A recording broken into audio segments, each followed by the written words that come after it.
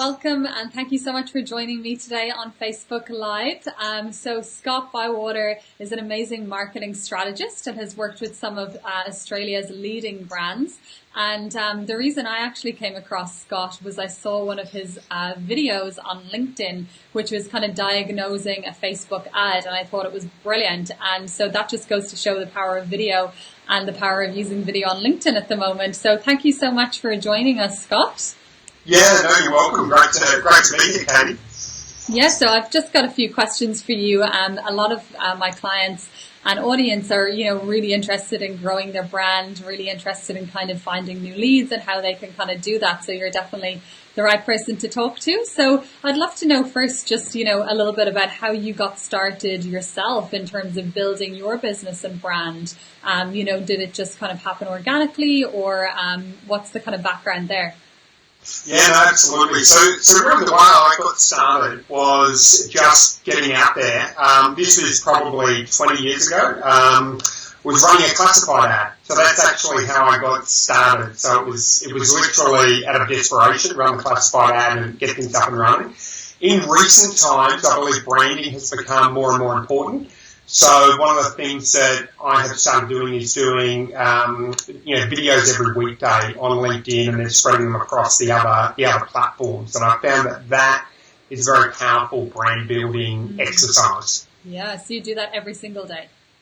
Every single weekday. We're moving it up to about 2 a day at the moment. Wow. So yeah. So I'm finding that is, that brings, obviously, that brought the connection that we've got together.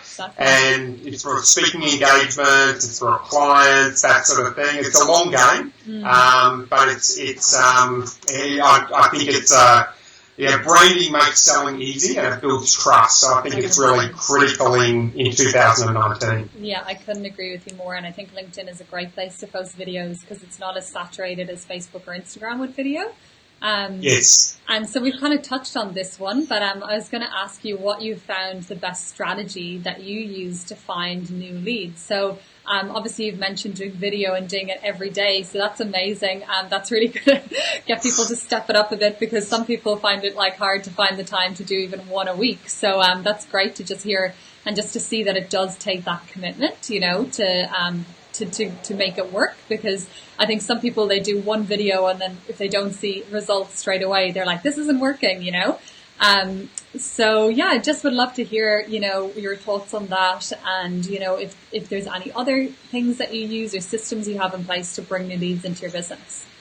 Yeah, so I think from a lead generation perspective, there's a few things. So I think the biggest thing, particularly in service space, is trust.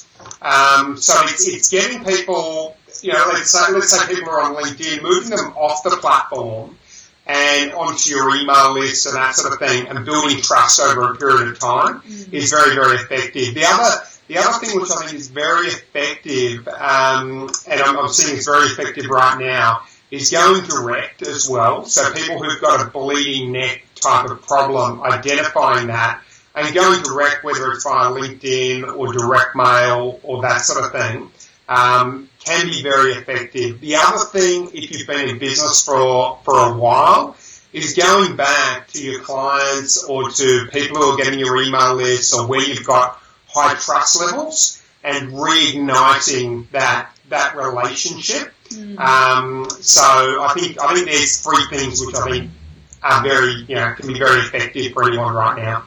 Yeah, that's great. And I might just ask you, because I know this is probably something that people want me to ask. I get asked this all the time, but how much time do you allocate in your week to that? In terms of would it be 20% of your time or 10%? Do you know roughly, how much time you'd spend on that? Yeah, I would say not enough. And what I mean by that is as a marketer, sometimes you get cobbler's shoe syndrome, where you're not spending as much time as you should be on marketing. I would spend probably at least 10 hours a week on marketing, whether it's video creation, whether it's picking up the phone and calling people, or whether it's creating marketing campaigns. But I think ultimately, and this is one of the things that I'm doing at the moment, I think is really critical, is to start your day with marketing. Because what we tend to do is it's like, you know how they say pay yourself first? Yeah. And I think it's really critical that we start our day with marketing so that we actually give our best, the best time of our day to actually getting that sort of stuff done. Mm-hmm. Otherwise, it tends to go into the background. And I think that's, after 17 years in business as a consultant, I think that's one of the really big takeaways, which has taken me longer than it should have to learn.